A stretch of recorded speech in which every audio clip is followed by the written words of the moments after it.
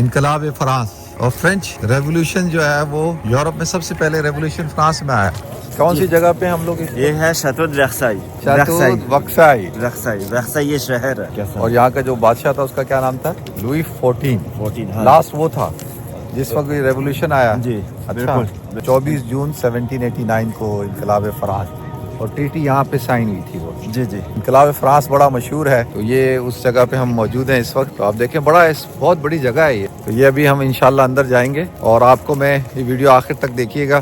France برطانیہ کے ساتھ مسلسل جنگ میں تھا اور مسلسل شکستوں کا سامنا کر رہا تھا. جب امریکہ کا جب انقلاب آ رہا تھا تو اس وقت فرانس اور برطانیہ کے مابین جو جنگ چھڑی جو 7 سال تک جاری رہی، اس جنگ نے دونوں ریاستوں کے خزانے خالی کیے، لیکن برطانیہ کی نسبت فرانس کا برا حال ہوا. فرانسیسی خزانے کی جو زبو حالی تھی اس کی ایک اہم وجہ اس کی ملکہ فرانس بھی تھی جو ملکہ میری کے نام سے مشہور ہے، اور وہ اتنا زیادہ خرچہ کرتی تھی اور ان کی وجہ سے خزانہ جو ہے خالی ہو رہا تھا. تو اس وجہ سے ان کا جو ایک نام پڑا تھا وہ میڈم خسارہ بھی نام پڑا ہوا. تو فرانس کی جو تاریخ ہے اس میں سب سے زیادہ جو صورتحال خراب ہوئی ہے 18ویں صدی کے ربع آخر میں، یعنی سر سے پاؤں تک قرضوں کے بوجھ تلے فرانس دب چکا تھا، لیکن اشرافیہ اور شاہی خاندان کی خرچیوں میں کوئی فرق نہ آیا تھا. اس زبو حالی سے اگر کوئی متاثر ہوا تو وہ صرف اور صرف غریب عوام تھی. تو یہی وجہ تھی کہ بادشاہ لوئی کے خلاف عوامی غم و غصے میں ہر گزرتے دن کے ساتھ اضافہ ہو رہا تھا. عوام اپنے حکمرانوں سے تنگ آ چکے تھے اور ان کے اندر بغاوت کا لاوا جو ہے وہ